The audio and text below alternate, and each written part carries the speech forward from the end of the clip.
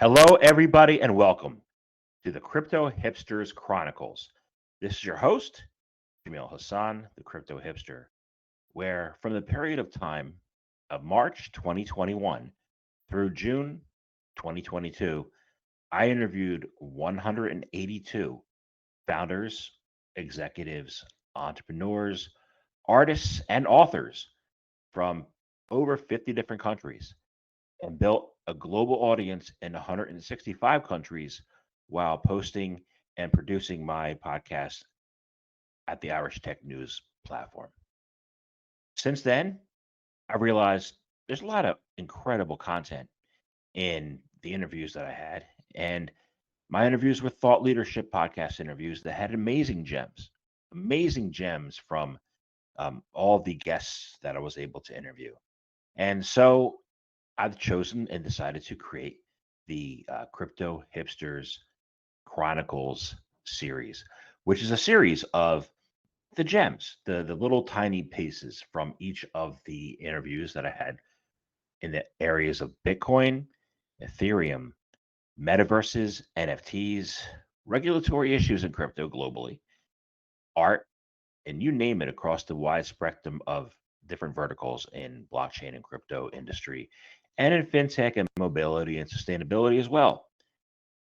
These are about 15 minutes long, each chronicle, and has 3, 4, or 5 different segments from different interviews.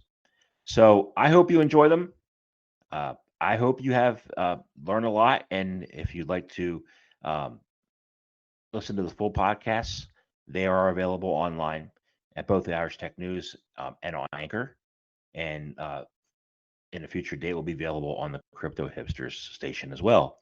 So please enjoy and talk to you soon. Welcome to Crypto Hipsters Chronicles, episode 44. Why economists and environmentalists are often wrong about Bitcoin. This Chronicles episode is a compilation of 3 interviews. First, David Palmer, who is the blockchain lead at Vodafone Business IoT. Second, Romain Nozareth, co-founder, chairman, CEO of Sato, S-A-T-O. And Alex Adelman, who is the co-founder and CEO of Lolly. Enjoy. I find it interesting because I see a lot of takes by economists like Nouriel Roubini and other famous economists who are completely against Bitcoin and say it has no value. And most of those arguments and pundits are economists. You are an economist and you are into Bitcoin. So what sets you apart from those other economists, and how do you view it in such a way that they don't? Yeah, but I think the whole point is that, look, it's like people who are doing architecture or distributed music, right? The way you used to do it 40, 50 years ago, where you used to manufacture vinyl or CDs and music, isn't the way you do it now. I think the same for economics. It has to evolve, and a lot of the systems we have, if we actually look at it, you walk into a bank. Why did you walk into a bank? To do a transaction, is because that was your point of contact. Now we have mobile phones. Why do we need currencies? Which are paper, which are regulated, because we didn't have the level of automation. So I think the economic systems we have, monetary and fiscal policy on the macro side, had a way. I mean, they got us to where we are, and they unleashed some of the highest productivity that we've seen in the world. I mean, we are better off than a lot of generations because of that economic system which promoted and provided incentives for growth. But I think we're coming to an intersection now, which is an important one. Technology now has moved at a pace that we just couldn't have imagined. I was looking at some statistics over the weekend, just out of interest, because I'm that kind of guy, I suppose. But Bitcoin is now the 7th largest global asset. Right, you can buy. Ethereum is the 13th right? This is ahead of JP Morgan and Visa. And I say that to say that the sort of economics that we had is having to adapt, right? To go with this massive change that an acceleration we've had in technology. So I'm not going to knock any economist that's saying it's worthless. I think it's a matter, and I think the jury's still out, to be honest, on what role digital currencies and tokens will play. But what I will say is that we're in a very exciting time where technology and the possibilities of what can be done is really democratizing access to a lot of things. So, for example, if you look at DeFi, decentralized finance, that allows people like me and you to become banks, right? We can have an asset, we can tokenize it, we can stake it and get a return. We can come together into pools and get a return. We can borrow based on different parameters. So that banking function is being democratized. You can see a lot of other use cases that are coming up. So it's a really exciting time, but we don't know how it will pan out. We don't know what the end of this technology can be. But I think somebody once said, the ride is pretty important, right? Enjoy the ride. And I think we're in for one hell of a ride now in this. But I think we've got to respect those guys as well, because the jury's not out. So you say it's a feature, and I know from prior conversations that centralized, data centers like Amazon or Alibaba take up more energy usage than Bitcoin. So if I say, and I saw this posted on Twitter, what if the real conversation is one of paternalism versus sovereignty? How does Bitcoin help data users, the world, create a more sovereign environment? It's true that if you look and if you compare how the Bitcoin network is working, and if you compare it with the traditional financing, for example, the banking system, we are using way less energy. And the decentralization that is coming from the protocol of the Bitcoin is providing greater advancement for our society. And I believe that if we move toward the decentralization even more, which I think the world is going anyway. I mean, we are going into we are living in this digital world since the early 90s or late 90s, and it's only growing and growing. And in the next years and decades, we will need to have protocol to manage our digital transaction, financial or not. We see now, and we will talk about NFTs and other type of protocol with smart contract, how this digitalization, I would say, of the world is happening. And I think at the bottom line, the most important part of the Bitcoin is that it gives us back our money, the power to manage our own money.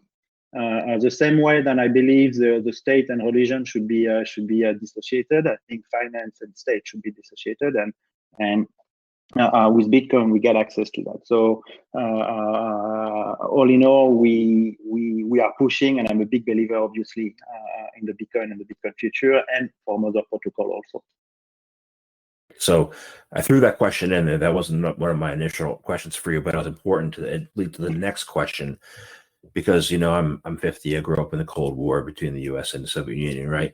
And nuclear management, right, was paternalized. It was held by at the country level, and now we have fusion mining, right, which is nuclear energy mining at the decentralized sovereign level. So, I wanted to ask you, what is fusion mining? How does it work, and what are the benefits? Well, fusion mining is nothing else than mining with nuclear energy. So today, for example, at CCU.ai, we are using hydroelectricity. So it means that our energy is coming from water. So virtually, we could say we make Bitcoin with water. We transform water to Bitcoin. But in the world, as you know, there are other sources of energy, and nuclear is one of it. And when you mine with nuclear energy, you're just getting your power from a nuclear source. This source is interesting because it's, some people will argue that it's not green, but it's not producing any carbon emission. It could be stable enough in lots of parts of the world to make sure that we can continue going and use our energy. For example, I think Germany made the choice to remove the energy, the nuclear energy from their grid, but now they need to buy energy from the neighbors, and it's mainly coming from coal and oil. So environmentally, it was not really a great choice. And it's true that in the mining industry, we are looking for new sources of energy in order to grow our operation. Because we make Bitcoin with our energy. Basically, we transform power into Bitcoin by way of our miners, our mining rigs. But in order to go, we need to find new sources of energy, and nuclear is an interesting one. Why? Because it's available, it's produced at scale. But what is important to keep in mind in that subject is what is the price per kilowatt hour that you will pay from your energy source.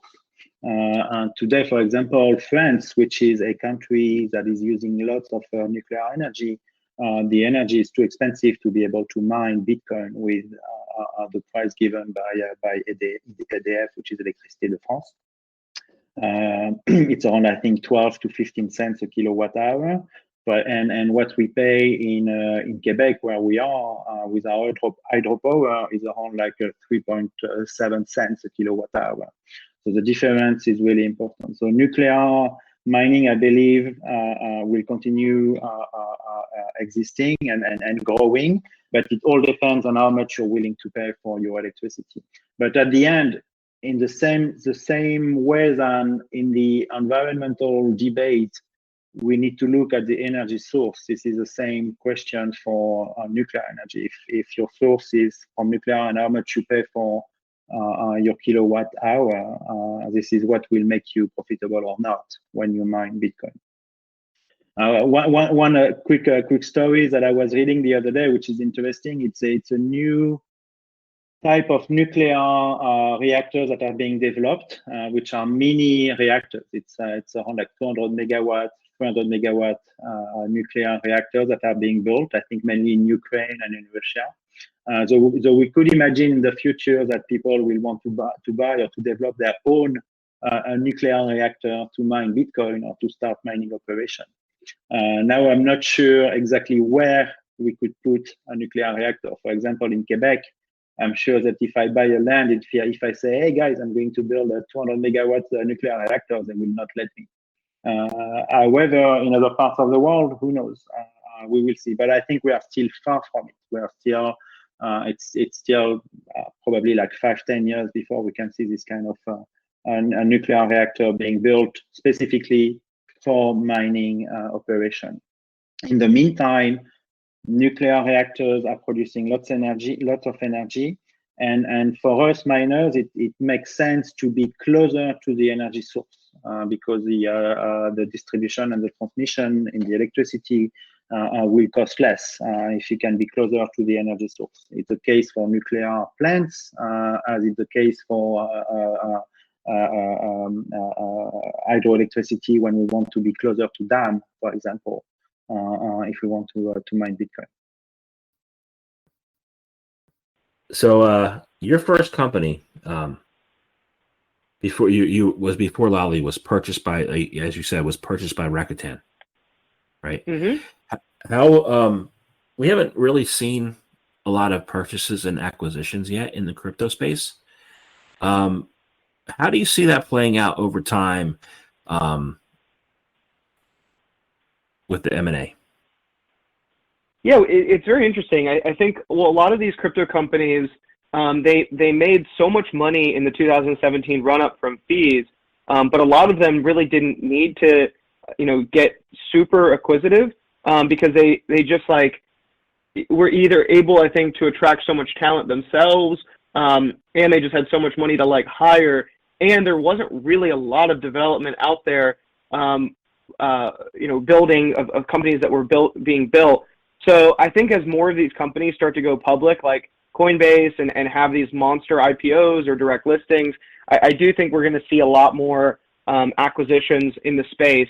especially now that all these business models are proven and there's so many paths to revenue, that I do think we will see a lot of acquisition emerge over the next few years. So the space is like really nascent, you know. It's like I think people were trying to figure out, like, you know, there was a big debate earlier, like 2 years ago, where people just didn't think like wallets were a good business because there was so many of them and they were all open source. And a lot of them, like, you didn't really, you know, with a non-custodial wallet, you didn't really own or control the experience or the asset, and it could be forked fairly easily. So I think that there's a lot of like products like wallets where people are trying to determine how much is something worth. And any time that there's like that sort of experience, like, you know, a founder might not want to sell, a person might not want to buy for the same price. Now that the economics of crypto are starting to be really figured out and more solidified, I do think there's going to be a lot more acquisitions over the next few years. Would you see that occurring at the exchange level or the VC level, or would you see it consolidating elsewhere? Well, the exchanges have the most money right now, so I would imagine, you know, the Coinbases, Binances, Kraken, Gemini, they all, you know, seemingly have the most money. So I could very much see them, you know, buying up these companies. There could be a path where, you know, private equity or, you know, some sort of like hedge fund gets into the acquisition business, but because, you know, they clearly have a lot of money and they're going to want to play a part. But I see more so like the exchanges being the ones that end up acquiring a lot of these companies, more so than anybody. They just have the most money, and the model that is proven to be the most successful is the fee model. So if you look at who's going to be acquiring who, it's the companies that have the most money acquiring the companies that, you know, where they believe that they can make more money and have an arbitrage over the next few years. And where do you think that arbitrage would occur inside the crypto projects? Yeah, good question. So I think the arbitrages are, I mean, we're not for sale right now, but you know, we're looking to IPO probably the next 5 years. But I would say projects like ours, where they're early projects, they're like, you know, we're bringing in tons of new users into crypto, and so projects that are like top of the funnel that are bringing new people into crypto that maybe like a Coinbase or Kraken or these exchanges are not able to acquire. And then also like deep infrastructure. So I think a lot of these companies that are doing like, you know, chain analysis, are, you know, people who are building like institutional tools, security tools, like private key management. A lot of these will sort of like fill out this like total crypto ecosystem, and they just might be things that these companies decide to buy versus build.